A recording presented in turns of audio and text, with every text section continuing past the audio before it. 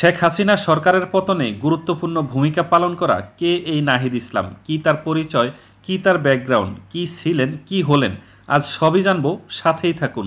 নাহিদ ইসলামের ডাকনাম হলো ফাহিম। নাহিদের জন্ম 1998 সালে ঢাকার অদূরে ফকিরখালীতে।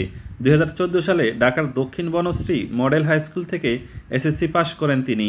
সরকারি বিজ্ঞান কলেজ থেকে 2016 সালে এইচএসসি পাশ করে ভর্তি হন ঢাকা বিশ্ববিদ্যালয়ের সমাজবিজ্ঞান বিভাগে।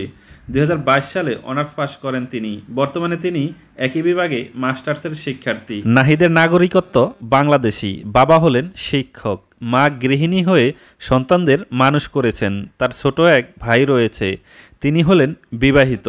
আন্দোলনকারী ছাড়াও নাহিদ ইসলামের রয়েছে রাজনৈতিক পরিচয়।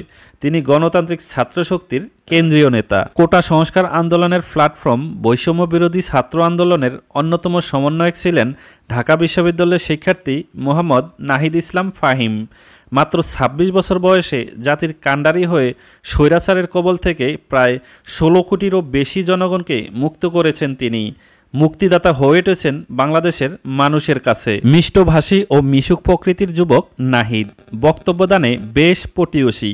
কর্মসূচির নাম নির্ধারণে বেশ বৈচিত্র্য দেখিয়েছেন তিনি। আন্দোলনকে সুশৃঙ্খলভাবে সমন্বয় করতে পেরে সবার প্রশংসা কুড়িয়েছেন নাহিদ ইসলাম। 2024 সালের জুলাই মাসেও নাহিদ ইসলাম ততটা পরিচিত মুখ ছিলেন না, কিন্তু জুলাইয়ের মাঝামাঝিতে তাকে অপহরণ করা হলে দেশব্যাপী তিনি পরিচিত হয়ে ওঠেন। কোটা বিরোধী আন্দোলন ঘিরে তাকে দুবার আটক করা হয়। এ সময় তিনি অকথ্য নির্যাতনেরও শিকার হন। নাহিদের বন্ধু সমাজবিজ্ঞান বিভাগের শিক্ষার্থী আসিফ করিম চৌধুরী জানান, সমাজবিজ্ঞান পড়তে গিয়েই সামাজিক বিভিন্ন বৈষম্য ও রাজনীতি নিয়ে তার আগ্রহ তৈরি হয়।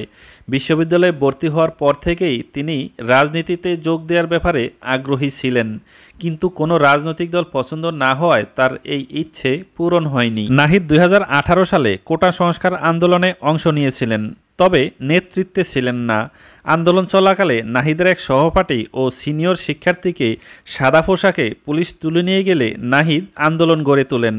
তখন বিশ্ববিদ্যালয় প্রশাসন ও শিক্ষকদের বাধার মুখে পড়তে হয় নাহিদকে। 2019 সালে ডাকসু নির্বাচনে নুরুল রাশেদ ফারুক প্যানেল থেকে নাহিদ নির্বাচনে অংশ নেয়। নাহিদ সংস্কৃতি সম্পাদক পদে নির্বাচন করেন। নির্বাচনে তিনি জয়ী হননি। পরে মতবিরোধের কারণে ছাত্র অধিকার সংরক্ষণ পরিষদ থেকে বেরিয়ে আসেন তিনি। 2023 সালের 4 অক্টোবর ঢাকা বিশ্ববিদ্যালয়ে নতুন নির্দলীয় ছাত্র সংগঠন গণতান্ত্রিক ছাত্র শক্তি আত্মপ্রকাশ করে। এর কেন্দ্রীয় সদস্য সচিব ছিলেন নাহিদ ইসলাম। তিনি বৈষম্য বিরোধী ছাত্র আন্দোলনের অসহযোগ কর্মসূচিতে সাবেক প্রধানমন্ত্রী শেখ হাসিনার পদত্যাগের এক দফা দাবি ঘোষণা করেন এবং সফল হন। 8 আগস্ট 2024 রাষ্ট্রপতি মোহাম্মদ শাহাবুদ্দিনের কাছে শপথ গ্রহণ করেন। তিনি 9 আগস্ট 2024 অন্তর্বর্তীকালীন সরকারের ডাক, টেলিযোগাযোগ ও তথ্য প্রযুক্তি মন্ত্রণালয়ের উপদেষ্টা। তো বন্ধুরা, আমাদের আজকের ভিডিওটা কেমন লাগলো? যদি ভালো লেগে থাকে তাহলে অবশ্যই লাইক, কমেন্ট, শেয়ার এবং সাবস্ক্রাইব করবেন। ফেসবুকে হলে ফলো দিয়ে রাখবেন। ভালো থাকবেন। আসসালামু আলাইকুম।